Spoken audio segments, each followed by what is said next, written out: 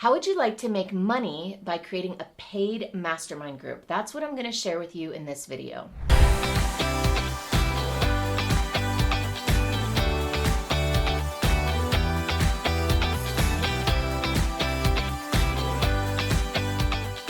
So here's some of what I'm going to cover in this video. I'm going to talk about the benefits of having a paid mastermind group, as well as some of the problems that people often run into when they're trying to create one. Then I'm going to get into the solution, the one thing that kind of reframes how you look at this group, and then some specific strategies and tactics in order to create and launch it. And by the way, if you hear a little whining or squeaking or barking, that's because this is my new puppy, Neo. And he likes to be near me while I'm working. And sometimes he makes a little bit of noise, right, Neo?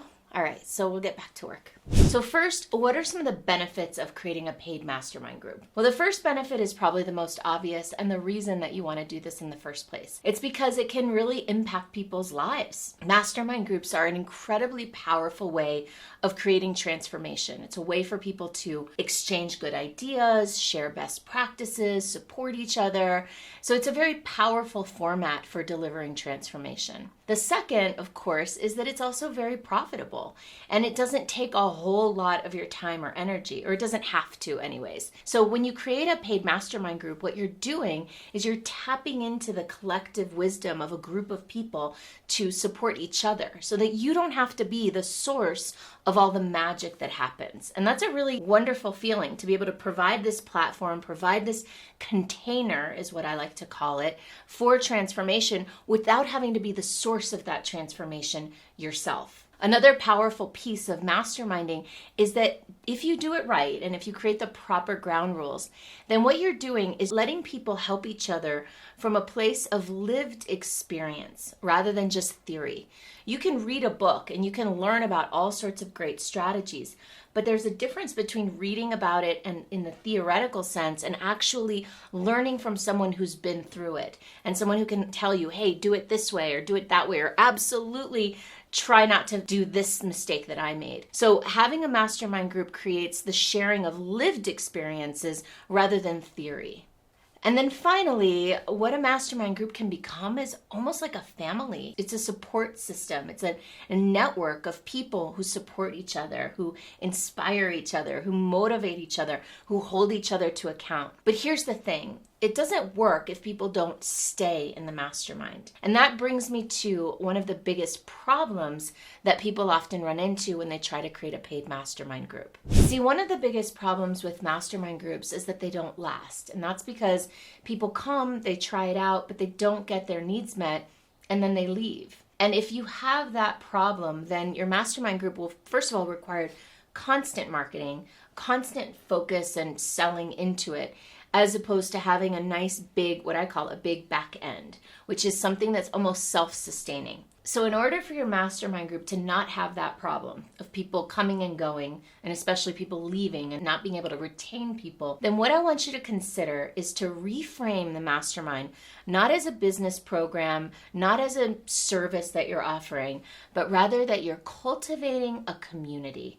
And even better, that you're cultivating a culture. Now, when I talk about culture, what I'm talking about is a place where people can come and they have shared values. They have shared values and also shared language and a shared outlook on the world. So for example, in my mastermind group that I run, it's called the Superstar Inner Circle. Now, everybody who's in the Superstar Inner Circle is someone who is adding value to humanity in some way, shape, or form. We have spiritual teachers, we have health coaches, we have entrepreneurs teaching other entrepreneurs. We have all sorts of different people. They're very diverse in what they focus on, but they're very similar in terms of their value system, that they want to contribute and add value to the world. And they're also very similar in terms of business models. So a lot of them are running retreats and seminars and info products and coaching programs, so they can share a lot of best practices among each other. And ultimately, what unites all of them is that they all want to be part of a culture of contribution and transformation. By the way, I have a lot of videos on Mastermind, so please be sure to check some of those out by clicking up here. The first thing to keep in mind is that a mastermind is all about the who. Like I said earlier with my own mastermind, you're looking for people who are like-minded, who share similar values and a similar outlook on the world. Now, they don't have to do the exact same thing, nor do they even have to be in the same industry, although it can be really helpful if you have people who have similar backgrounds and experiences.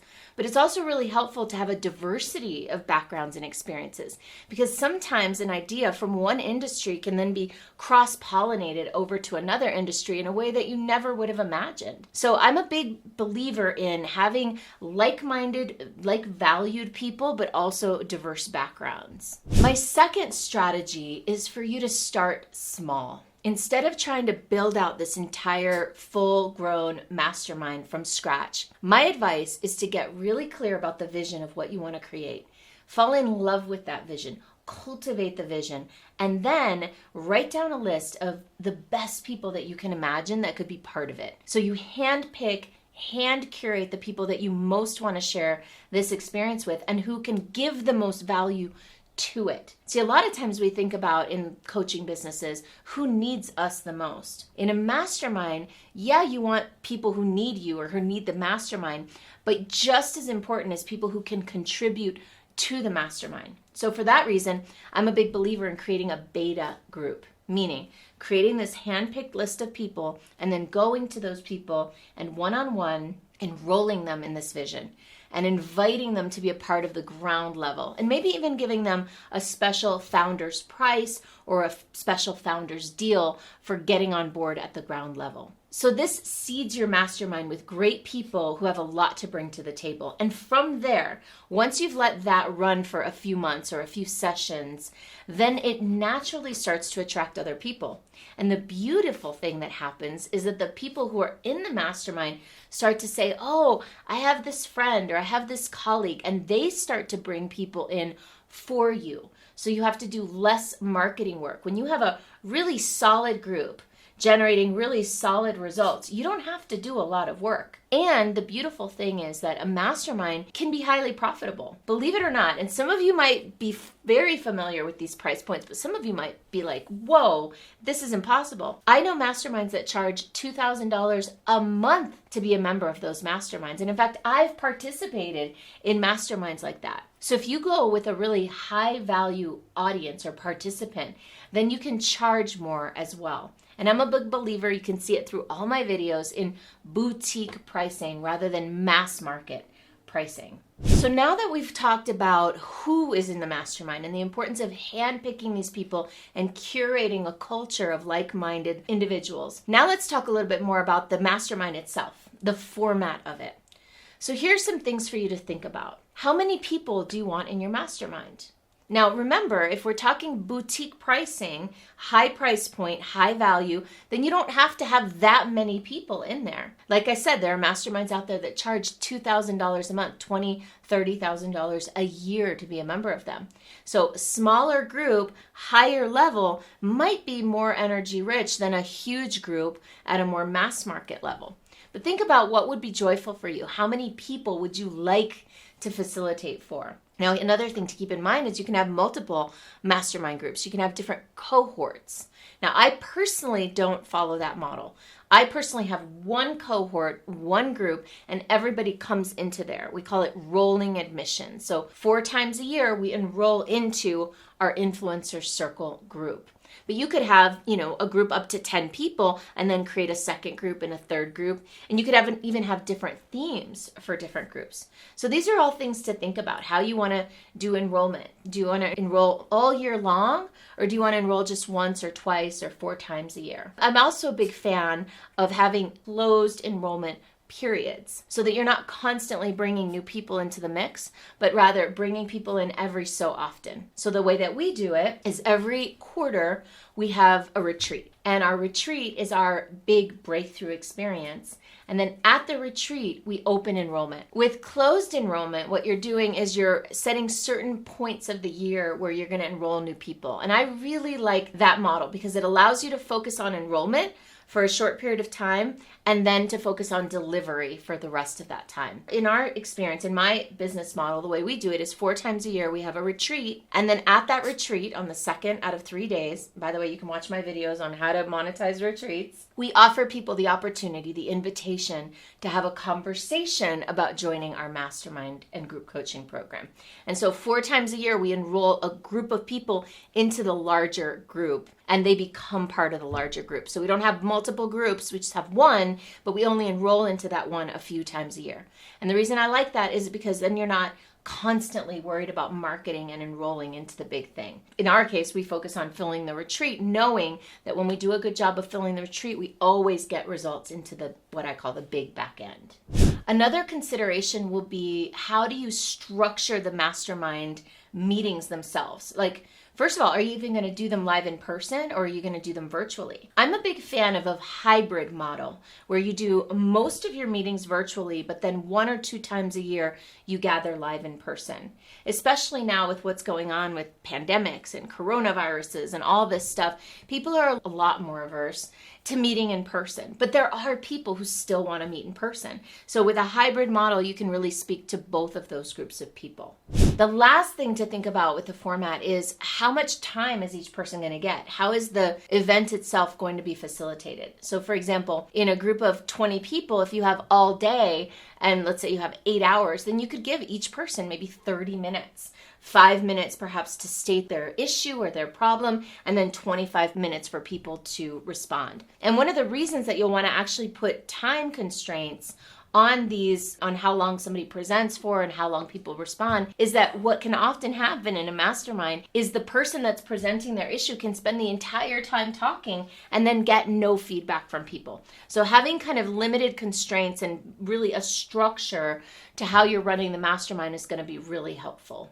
And then the last thing you'll want to think about is, what are the rules of engagement?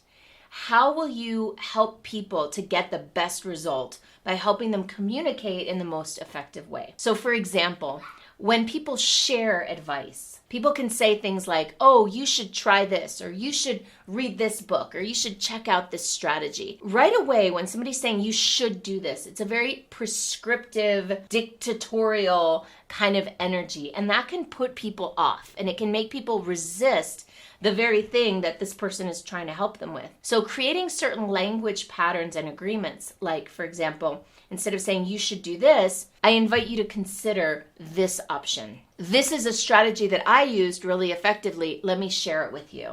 Rather than you have to do it this way or you should do it this way. And then on the flip side, with the person receiving feedback, what can often happen is someone will give them an idea and they'll retort very quickly without giving it a lot of thought. Oh, I already tried that. Or somebody else told me to do that, or that would never work for me. And they dismiss the idea. And the problem with that is that it can create distance. It can create separation. That person that gave that idea with all the love in their heart just got rejected. And it can feel like a rejection such that they will kind of clam up and say, well, I'm not going to give any more ideas to that person because they don't like my ideas.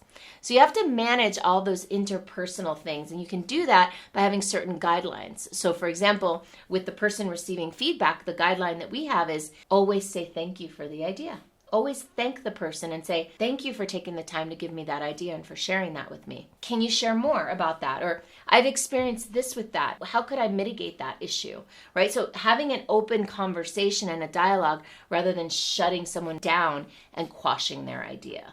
I hope that this was beneficial for you. And if you found yourself intrigued and wanting to do a paid mastermind group and you'd like my support with that, then let's go ahead and have a strategy session. Let's do a discovery call and figure out if and how I might be able to support you in launching or growing your group mastermind program. You can do that at superstaractivator.com/go, and the link is in the notes below. See you there.